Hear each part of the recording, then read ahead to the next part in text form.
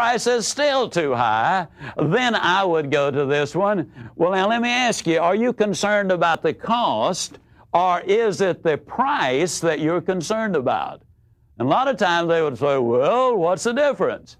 Now, I would always use, and incidentally, the reason I moved to the board, and what I encourage you to do, anytime you see me use this board to illustrate a point, or use graphics to illustrate a point, that says to you that you need to be letting your prospect see you writing something when you're showing figures. And the reason is we've been conditioned to believe what we see and doubt what we hear. Now, if they see it and hear it, see it as logic, hear it as emotion, you put the two together and you got a better chance of making the sale. So the prospect says, well, what do you mean? Is it cost or price we're concerned about? Then I simply say, and here's the example I use because it happened in my life, I encourage you to get one out of your industry that specifically fits you. I say, well, now, when my son was 6 years old, we went down to the Swin bicycle place to get him a bicycle. They told us it was $64.95. Well, years ago, that was an enormous price to pay for a bicycle. Just to teach a 6-year-old how to ride, he's going to tear it up anyhow. So I went down to a discount store, and there I priced a bicycle for $34.95. Now, this price is obviously considerably less than that. And again, I'm showing them they're seeing it and hearing it. Now, it was a nice little bicycle. About 60 days later, we went back to that little bicycle store because we wanted to get the handlebars replaced.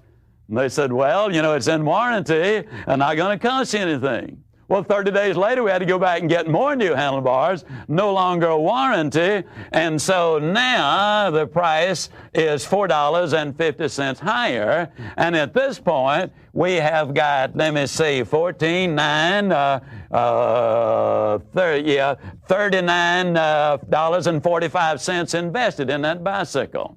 Well, about 3 months later, the entire sprocket apparatus, the brakes and all of that, came completely kazip. We went back to the little bicycle store, and this time it came to roughly $15, and now we've got $54.45 invested in that bicycle. Well, about a month later, the bearings in the front wheel went kazip.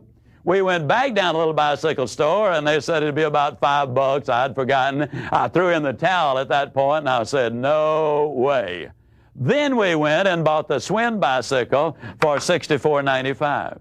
My 6-year-old son rode that bicycle. He raised the handlebars, took the fenders off, and made a dirt bike after about 5 years out of it. He rode that bicycle regularly for the next 5 years, and periodically he rode it for 10 years. The only other expense we had, literally, were 2 tires for that bicycle. Now, let's look at what I've just said. The price of this one was considerably more than the cheaper bicycle. The cost of this bicycle right here, for 6 months, it cost us $54.45 or $9 per month for him to ride that bicycle. In 10 years, this bicycle cost $64.95, or the cost was $6.50 per year. Now, Mr. Prospect, let me ask you again. Is it price or is it cost you're concerned with? Now, the reason I stress that so strongly is simply this. A lot of people can beat us on price, but nobody can beat us on cost. And since price is a one-time thing and cost is a lifetime thing, don't you really want the best possible, lowest cost that really is effective?